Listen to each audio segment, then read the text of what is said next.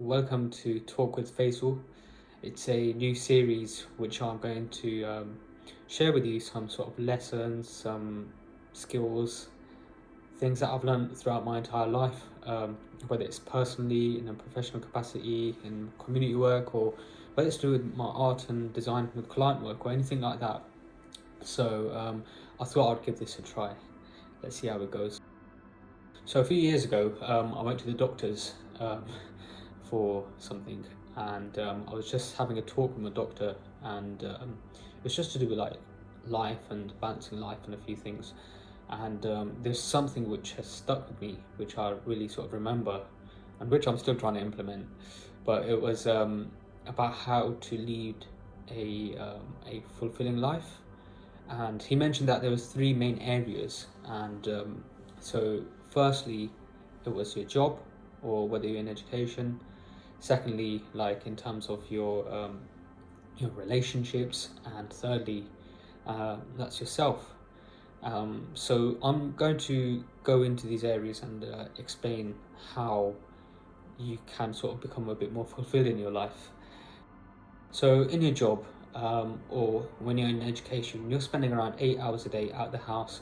That's a significant amount of your time, and there will come some times where you're feeling very frustrated, or you're feeling very stuck in a place where you cannot get to another position, and there's always some sort of things that could be holding you back. And sometimes it could just be your confidence, it could be also external factors such as racism.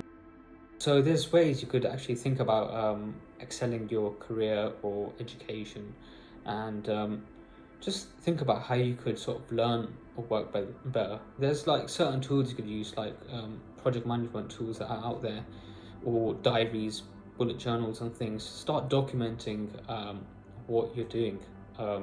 When I was in what's it called, year 12 in school, I actually bought myself a yearly diary which is separate to my school planner, and subconsciously I just started to write down things which I needed to sort of start to take control of my life in a way, because I could not remember everything in my head, and imagine with all this attention around us, our minds are whizzing.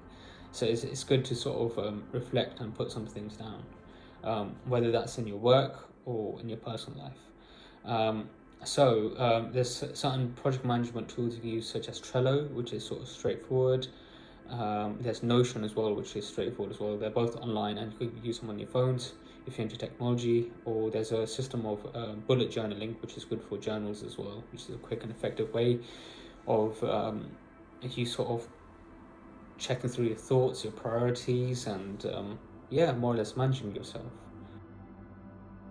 The second area is your relationships, and this is important, whether it's your partner, your siblings, your parents, your housemates. It could be any of them, and it's important that you get some sort of healthy time with them. And obviously we're living in this pandemic right now, so there's certain ways we'll have to connect, and I'm sure within this last year we've had to adjust to certain ways using technology, for instance, which has been helpful to keep attached. But yeah, like even if you're away from family or friends and stuff, keeping in touch with them, connecting over sort of video calls, which is preferable over phone calls at times. And also, like, there's certain games on the phone such as Ludo and other things that you could play, which you can connect with them. And also, like, just imagining like how you could sort of devote a portion of your time to them, whether you're messaging in a WhatsApp group, or whether you're, for example, ringing them. So hopefully once this all blows over, we could get back in touch and spend a lot of time with them. But yeah, that's the second point we need to focus on to sort of start feeling a bit more fulfilled with ourselves, is to look at our support networks and build relationships with them proactively. The third area is I believe the most important area, and if you don't prioritize this area, it will bleed into your work and into your relationships, and this area is yourself. So there's a few little subtopics or sub areas you could call it, which are involved in this, and you need to sort of build yourself like in a wholesome way. So them areas are such as your physical well-being, so your fitness, your health, your diet, what you're eating, what you're consuming. There's that saying, you are what you eat. So if you're eating a lot of junk food and a lot of rubbish like that, it will start to impact you because you aren't getting the necessary nutrients and that.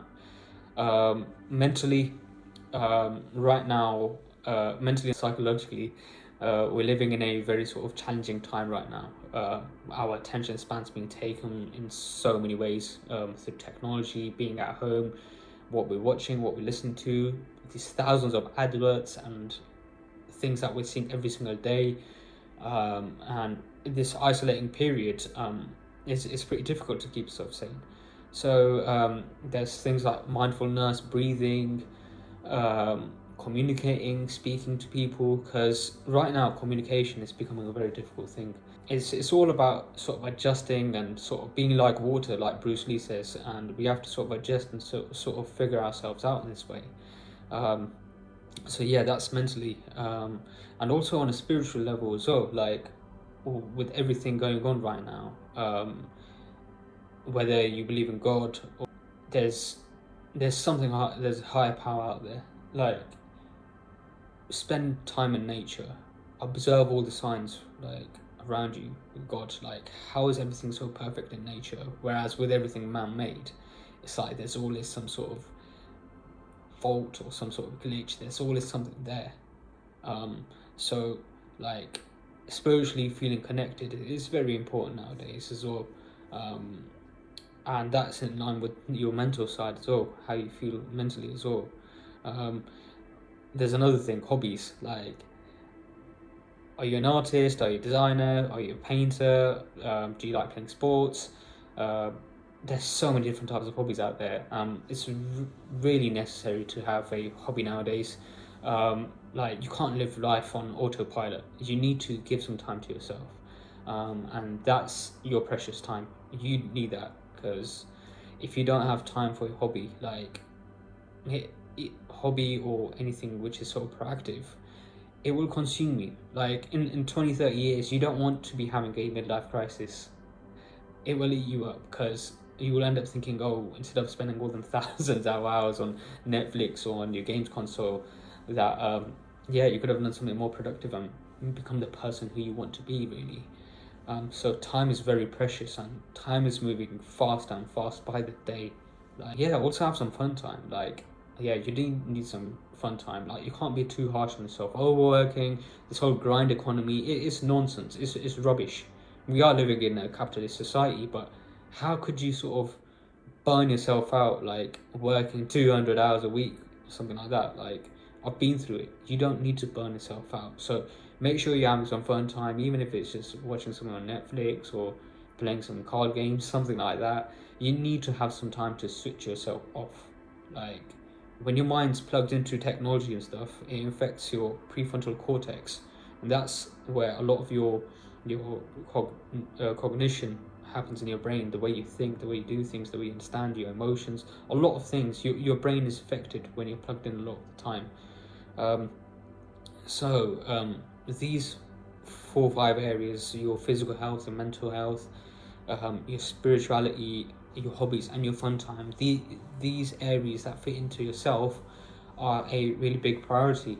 And these, how you treat yourself, how you deal with yourself, it will impact how your relationships are and how you are in the workplace, how you feel motivated and how you feel engaged with yourself. So I really hope these pieces of advice can help you out. Yeah, thank you very much for listening. Feel free to drop any tips below, and thank you for tuning in for Talk with Faisal.